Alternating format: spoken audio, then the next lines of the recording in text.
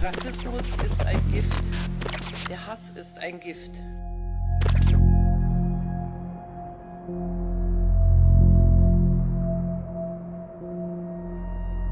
This is my personal message to all Americans.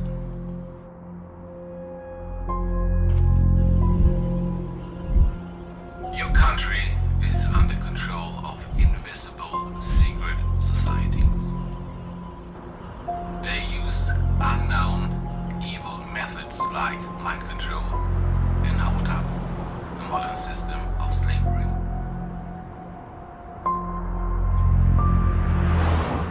Heißt, man müsste eigentlich sie eliminieren, einfach aus der Welt schaffen, auslöschen, damit man eigentlich die Ruhe hat. Sagt er, ich bin nicht tot, Papa, ich lebe.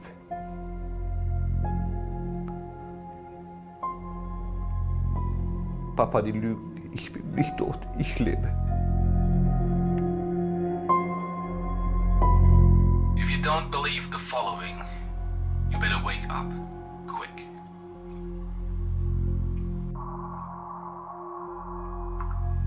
It's your duty as an American citizen to end this nightmare. Fight now. Schüsse in Hanau, das war die Eilmeldung aus der Nacht. Die ersten Schüsse fallen gegen 22 Uhr. Danach geht der Angreifer in eine Shisha-Bar am Heumarkt im Zentrum von Hanau. Augenzeugen berichten von 8 bis 9 Schüssen. 4 Menschen sterben hier. Danach fährt er in eine weitere Shisha-Bar im Stadtteil Kesselstadt. Dort tötet der Mann 5 Menschen. In den frühen Morgenstunden findet die Polizei die Leiche des mutmaßlichen Täters in dessen Wohnung in der Helmholtzstraße. Daneben ein weiteres Opfer.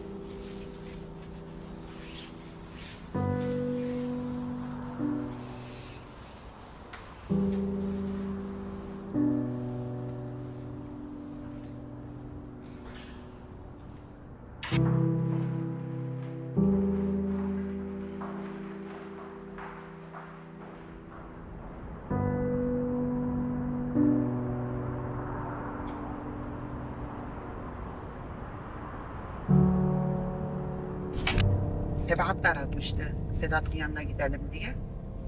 Ben dedim şimdi şu anda çıkamam ama sen git, ben sonra gideceğim zaten, yine beraber gideriz demiştim.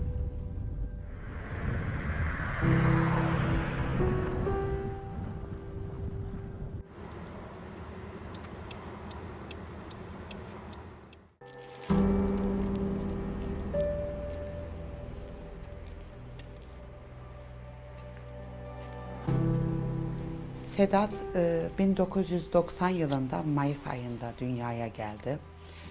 Doğduğunda da güneşle beraber doğdu. Tam böyle güneş karşıdan doğarken Sedat dünyaya geldi. O yüzden zaten hep Sedat güneş gibi girdiği yeri aydınlatıyor, ışıtıyor.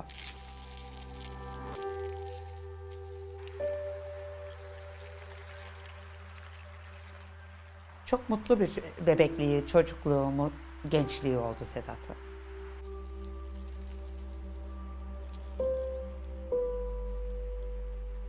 ...34 senedir buradayım. Mezarlığa 2 defa gelmişliğim vardı şimdiye kadar. Bu olay olduktan sonra günlük falan şimdiki hesaplama... Ayaklarımız getiriyor bizi. Biz kendimiz gelmesek bile ayaklarımız bizi buraya getiriyor.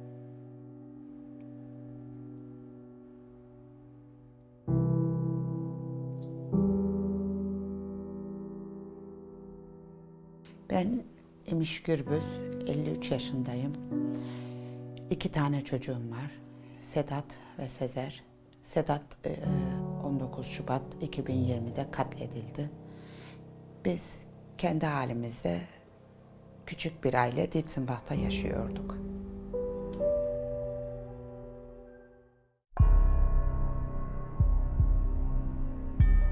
On the night of February 19th, Tobias Ratjen left his home with a rental vehicle,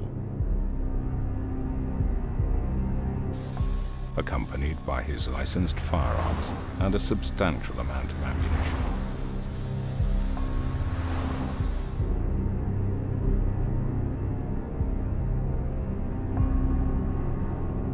Upon reaching the city centre of Hanau, Ratjen stopped his car near the midnight bar.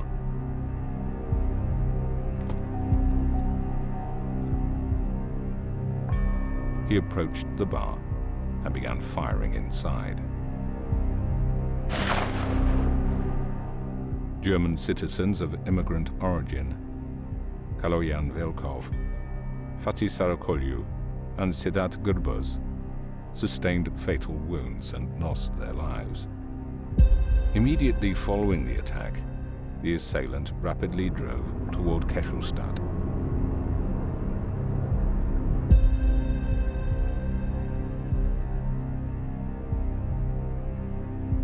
But since the initial point of assault, he was followed by Willi Viorel Paun, who was attempting to stop him. Throughout the chase, Paun repeatedly called the police emergency line 110, but received no response.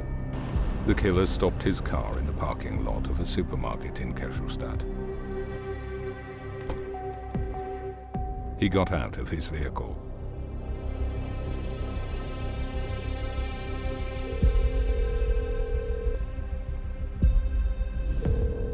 Ratjen then aimed his gun at Paun and pulled the trigger.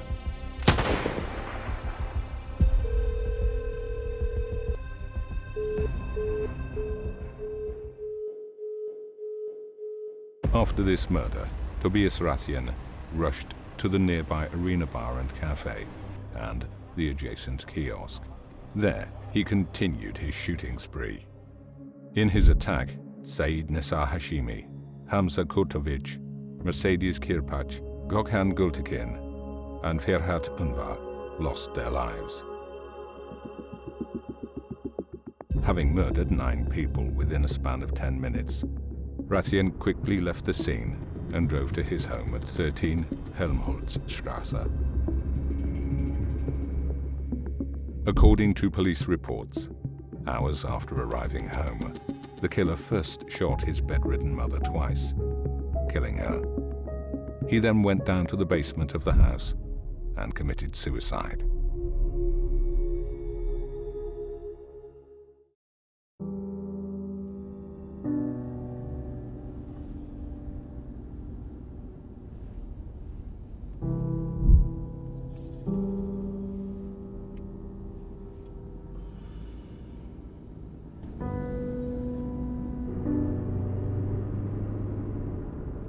...1974 bin ich in Bayern geboren.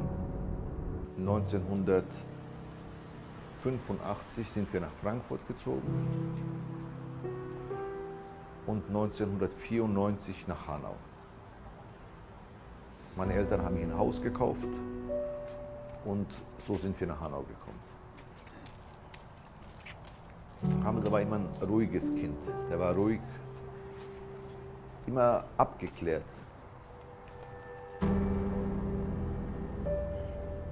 Wie so ein 40-Jähriger hat er überlebt. Hat er gedacht. Der hat nie was gemacht aus der Emotion raus. Und er war immer an der Familie. Für Sport, für seine Freunde. Sein Auto war ihm wichtig, das musste immer glänzen. Mein Name ist Armin Kurtovic, ich bin Vater des ermordeten Hamza Kurtovic.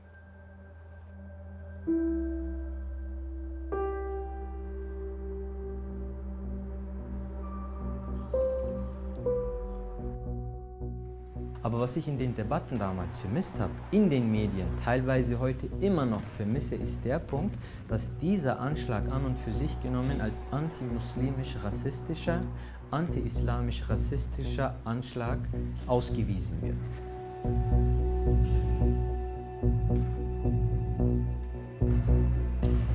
Wenn wir den Täter in seiner eigenen Welt betrachten, einmal, und das neurechte Milieu in Deutschland und in Europa betrachten, dann sehen wir eigentlich sehr schön und interessant, dass eigentlich das neue Feindbild, das sich die Rechten in Europa aneignen, Islam und Muslime sind. Im gesamten deutschen Bundesgebiet ist in den letzten Jahrzehnten pro Tag ein Deutscher getötet worden durch einen Ausländer. Also angenommen, pro Tag im Schnitt ist ein Deutscher getötet worden durch einen Ausländer. Bedeutet also demnach 365 pro Jahr. Da das Problem schon Jahrzehnte existiert, rechnen wir vereinfacht mal mit 40 Jahren, kommt also demnach eine Summe raus von 14.600. The Hanau attacker, Tobias Ratjen, was born in 1977. His friends described him as strange, introverted, and prone to unexpected outbursts of anger. The killer's father, and also his ideologue, Hans-Gerd Ratjen, was known for his extreme right-wing behavior. Hans Ratjen had been repeatedly reported to the police for verbal and physical attacks on his immigrant neighbors, but no action was taken. Einige Male habe ich ihn gesehen, aber ich halte mich da komplett weg. Komplett weg. Es gibt genug Freunde meines Sohnes, die Ärger mit ihm hatten. Die werden als Kanaken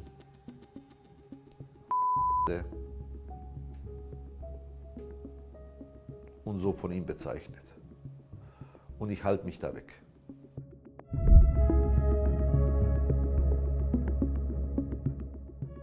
Angst. Es ist einfach Angst da. Er lebt ja 500 Meter von uns. Er läuft hier frei rum. Er bedroht die Kinder. Also die Jugendlichen, nicht unsere Kinder, aber die Jugendlichen von hier. Und da passiert nichts. Und wie soll man sich hier fühlen? Es ist einfach nur Angst da. Und ständig Angst, dass irgendwas passiert, jede Minute.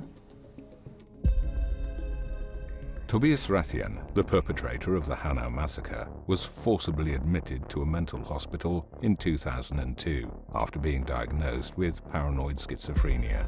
From that time until 2019, he continuously submitted petitions to the police, giving clues about his mental health, but none were taken into consideration. His claims that he was being followed by an unknown organization and that his thoughts were being stolen were ignored.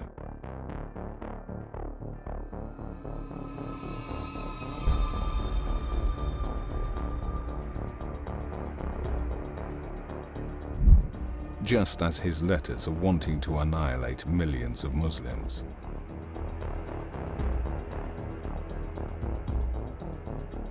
Dass alles so stimmt, was ich sage, das wollten sie natürlich aus begreiflichen Gründen nicht tun. Hätten sie viele Dinge erklären müssen, die sie offensichtlich nicht erklären wollten oder mir in die Augen schauen wollten. Ja, das haben sie anscheinend nicht fertiggebracht. Also die Lügenmatrix wollen sie anscheinend weiter aufrechterhalten. Er hat das ja den Behörden geschrieben. Er hat eine Website gehabt. Was hätte er denn noch machen sollen? Er schreibt den Generalbundesanwalt an. Er schreibt die Staatsanwaltschaft in Hanau an. Er schreibt die Polizei an. Und die antworten ihm alle. Ich hatte im Jahr 2004 eine Anzeige gestellt. Ich wollte in den letzten Wochen nochmal dran anknüpfen. Akteneinsicht nehmen, wer hat ermittelt, was wurde ermittelt. Das war nicht mehr möglich, da das Aktenzeichen nicht mehr existiert. November 2019 bekommt Generalbundesanwaltschaft und Staatsanwaltschaft Hanau genau das Bekennerschreiben, das ich analysiert habe, mindestens 3-mal als eine Strafanzeige.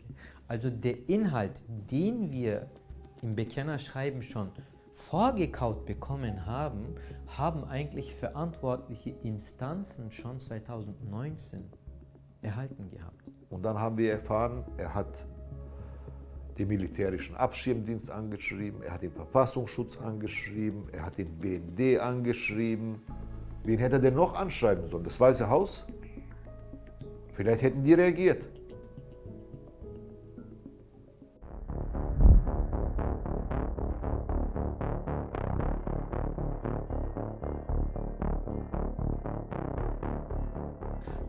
Da frage ich mich als Forscher schon, was bei den Behörden überhaupt los war, warum so ein Bekennerschreiben, in dem es heißt, eigentlich würde ich wollen, dass ich mit einem Knopfdruck alle Muslime grob und feinsäuberungstechnisch aus der Welt löschen möchte. Wie kommt es dazu, dass man das übersieht, wenn das ein Übersehen ist? Oder war das ein Nicht-Beachten? Oder war das eine Überforderung? Diese Fragen stehen total im Raum. The doctor who diagnosed Rathian with paranoid schizophrenia had also noted in his report that he may be harmful to himself and others. The doctor had also requested that his driver's license be revoked due to his psychological health being a barrier to driving. But despite all this, Rathian had managed to obtain licenses for multiple firearms shortly after this report. Wir haben jetzt gerade ein Gesetz verabschiedet. Jeder, der einen Waffenschein beantragt, wird automatisch überprüft, was gegen ihn vorliegt. Das Zweite, wer einen Waffenschein hat und einer extremistischen Vereinigung angehört, dem wird der Waffenschein entzogen. Und das, was Sie jetzt mir gerade gesagt haben, nehme ich mit. Das ist ein ernstes Argument, regelmäßig zu überprüfen, ob jemand noch berechtigt ist, einen Waffenschein zu führen. Wieso erklärt uns keiner, wie konnte der Täter Waffen besitzen bei seiner Vorgeschichte? Was er alles gemacht hat und er durfte die Waffen behalten. Bunun bir de silah ruhsatını da olaydan birkaç ay önce mi ne uzatmışlar da bir kere nasıl uzatıyor araştırma, soruşturma olmadan? The other unanswered question about the events that night in Hanau is what happened at 13 Helmholtzstrasse after the attack. As detailed in the police reports, several hours after returning home, the assailant entered a room on the ground floor and twice shot and killed his bedridden mother. He then went down to the basement and took his own life. In his statement, the killer's father claimed that he was asleep upstairs and did not hear any gunshots. Notably, hours before these incidents, the police had cordoned off the front exterior of the house. In their statements, the officers also reported not hearing any gunshots from the house that night. In the living room of the house at number 13, 2 shots were fired from a Sig Sauer P226 using 9mm Luger rounds. Experts note that this firearm and ammunition generate a sound level of around 149 decibels. The house was situated in a quiet residential area. Autopsy results indicate that the killer murdered his mother post-midnight. Considering these factors, it is expected that the gunshots would have been distinctly audible over a significantly larger area surrounding the house. Es ist unmöglich. Selbst die da draußen haben gehört. Es ist unmöglich. Es gibt diesen Bibelspruch, den habe ich in der Schule irgendwann mal gelernt. Es gibt keinen Tauberen als den, der nicht hören will. Und keinen Blinderen als den, der nicht sehen will.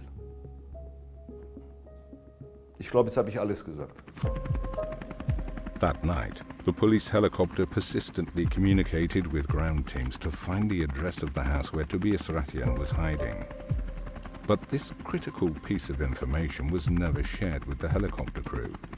This led to a palpable tension in the radio communications aboard the helicopter.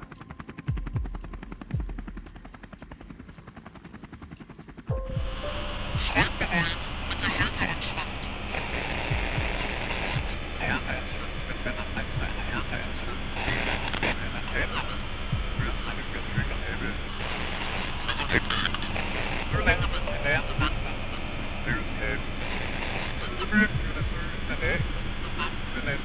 Das Ding ist eine komplette Katastrophe.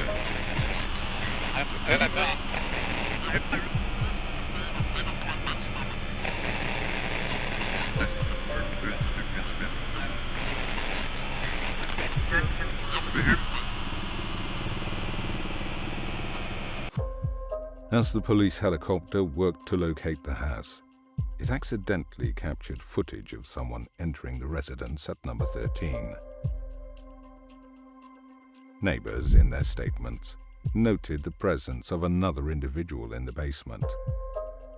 Although the assailant had reportedly killed himself in the basement, his bloodstains were also found on the stairs leading down to it.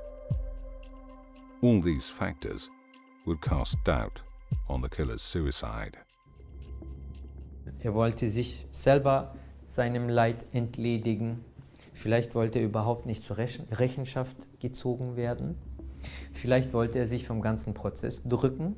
Oder vielleicht haben da, das ist jetzt eine Fragestellung, auch andere Strukturen mitgewirkt.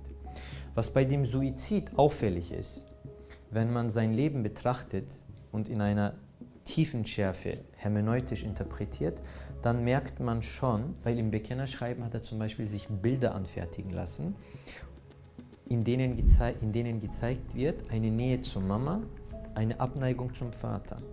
Normalerweise müsste man sich die Frage stellen, das habe ich auch in der Studie getan, warum hat er nicht den Vater ermordet, sondern die Mama? Die gängige Erklärung ist, wieder angelehnt an die Psychiatrie und Psychologie, ja, er wollte die Mama aus dem Leid erlösen. Wenn er seine Mutter erlösen wollen würde, wäre es vielleicht auch vernünftiger gewesen, die Mama am Leben zu lassen und den Vater zu ermorden. Days before the February 19th attack, police had ordered the closure of the joint emergency exit door of the Arena Bar and the adjacent kiosk in Kesselstadt. Ein Überlebender sagt am nächsten Tag aus, die Türen waren verschlossen und die machen nichts. Dann sagen die 10 Monate später, haben wir nicht gewusst. Das haben wir alles nicht gewusst. On that night, the Arena Bar and the adjoining kiosk became the site of a second massacre. The only possible escape route for the victims was the emergency exit, but this door had been closed days earlier by the order of the German police. The victims were killed by 16 close-range gunshots with no chance of escape. Dass da 4 Leute zum Notausgang gehen und nicht rauskommen. Die Frage ist, warum haben sie es nicht gemacht? Und ich sitze hier, ich sage, es war Anordnung der Polizei. Es war Anordnung der Polizei, die Türen zu verschließen. The officers who gave that order were known for their right-wing extremist behavior. These same officers were also on duty on the night of February 20th. It was later revealed that the 13 officers on duty that night were part of chat groups involved in sharing extreme right-wing messages. Also zunächst mal muss man sagen, es gibt Rassismus in der Polizei. Ob dieser Rassismus strukturell bedingt ist, ob er angeordnet wird und so weiter, das bezweifle ich. Aber es gibt Strukturen in der Polizei, die die Aufklärung von Rassismus behindern. Es gibt weiterhin Strukturen, wenn wir an den Aufbau der Polizei denken, wenn also beispielsweise Vorgesetzte mit in einer Chatgruppe sind, die rassistische Chats teilt, dann ist das ein strukturelles Thema, weil der Vorgesetzte und die Mitarbeiter sind Strukturen.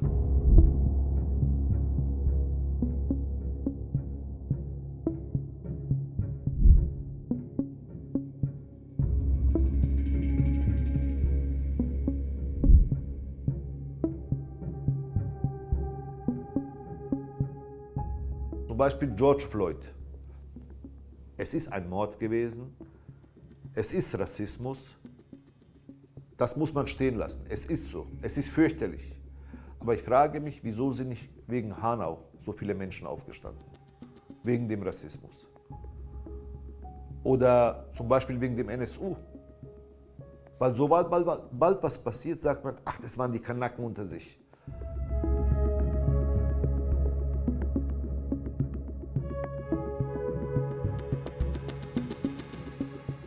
Wenn Rechtsextremisten Anschläge verüben, dann sind es vermeintliche Einzeltäter, die psychisch krank sind. Aber sind diese Attentäter islamistischer Natur, dann gibt es immer Strukturen. Ich behaupte dann, beides sind strukturell bedingt, beides sind gleich falsch.